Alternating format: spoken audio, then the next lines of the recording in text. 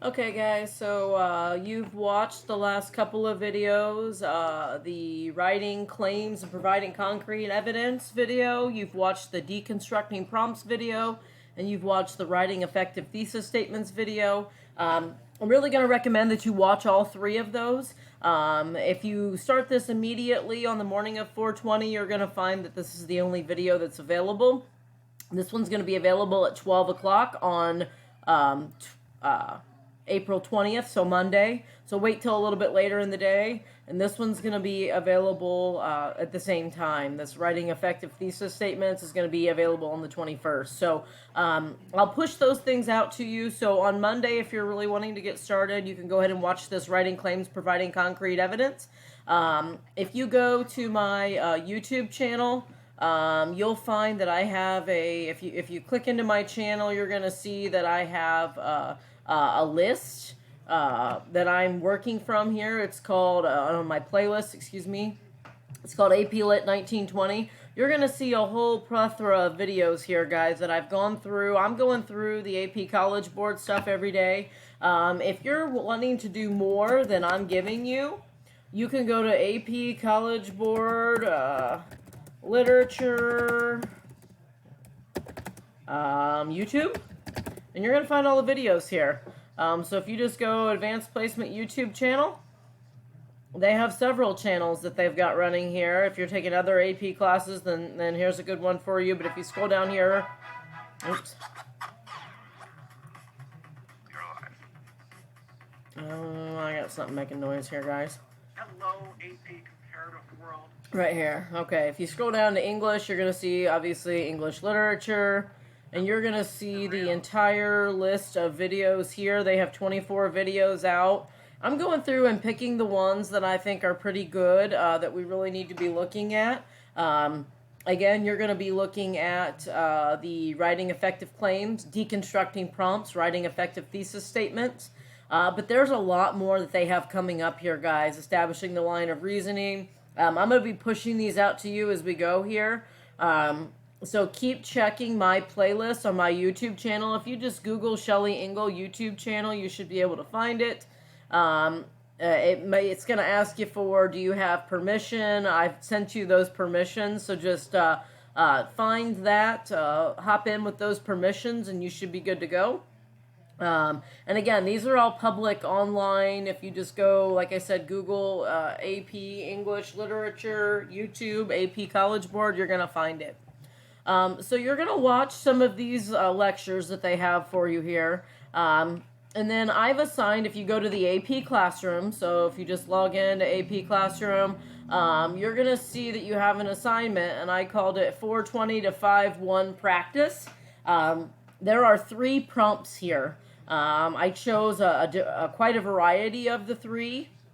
So if you look at it here, it's question 1 is an excerpt from Moon Tiger, 1987.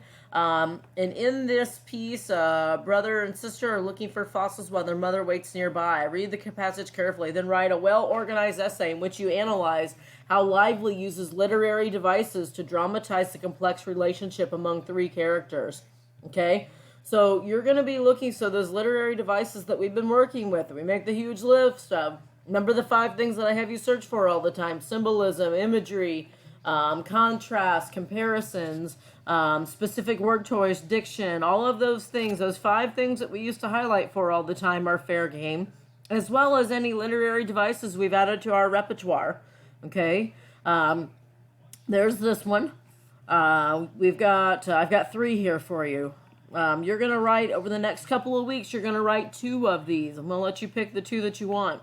In this excerpt from Thomas Hardy's The Mayor of Casterbridge, 1886, Michael Henchard and his daughter, Elizabeth Jane, are reunited after years of estrangement.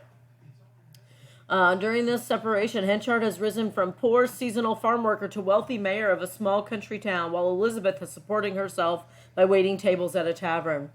Read the passage carefully, paying particular attention to tone, word choice, and selection of detail. Compose a well-written essay in which you analyze Hardy's portrayal of the complex relationship between the characters. Now, this seems like you're writing an essay about tone, word choice, and selection of detail. You're writing an essay about characterization. the relationship between these two characters, and you're going to use these three things to talk about the characterization of those characters. Okay? Now, don't shy away from this one just because it's 1886. I feel like that this is would be a pretty good, if you can write this one, you're going to be in pretty good shape. So don't shy away from it. Give it a chance before you really say, nah, I'm passing by just because of the date of 1886. The last one here, the following excerpt was from a Japanese-American writer story, Morning Rain, published in 1952. This passage depicts a family conversation. Read the passage carefully, then in a well-written essay, analyze how Yamamoto uses literary elements and techniques to convey the ways in which the communication among Sadako, Mr. Endo, and Harry reveals their complex relationships. Again, you're looking at characterization, the relationship between these three people, and how the author uses literary elements and techniques to reveal those relationships. Okay? Again, this is characterization in its finest. So you're going to pick two of these three. You're just going to log in. You're going to be right here. You're just going to type in the box. You're going to do whatever it is you're going to do in here. And you'll go ahead and work on those. You don't have to sit and do them. If I were you, I would structure this from the perspective of, I'm going to try to do this thing in 45 minutes. I'm going to sit here and I'm going to read. I'm going to try this sheets that they gave me. What do you notice? What do you notice? The beginning, the middle, and the end. Right here could be 3 different paragraphs, guys. Beginning, middle, and end of the passage. What do you notice about those things? If you look at this one, you've got 3 characters. In this one, you've got 3 characters, and their complex relationships. You could easily discuss those 3 different ones. Here you've got a father and a daughter, and they're asking you to pay attention to tone, word choice, and selection of detail. They're naturally kind of giving you what your paragraphs are going to be about. So I would approach this with read, try to figure it out, see what you can do in 45 minutes time and submit. I'll grade one of the 2 essays. I'll look at both of your pieces of work and I'll grade your best one, what I feel is your best one. Okay? So if you have questions, reach out to me. Again, you can find these in your AP classroom. Log into that. The assignment is called 420 to 51 practice. If you get stuck, I'm going to provide a secondary video where I go through each one of these passages and kind of help you work through what it's about. But please, please, please try it on your own. If you have questions, reach out to me. I look forward to reading your writing, guys. Have a great day.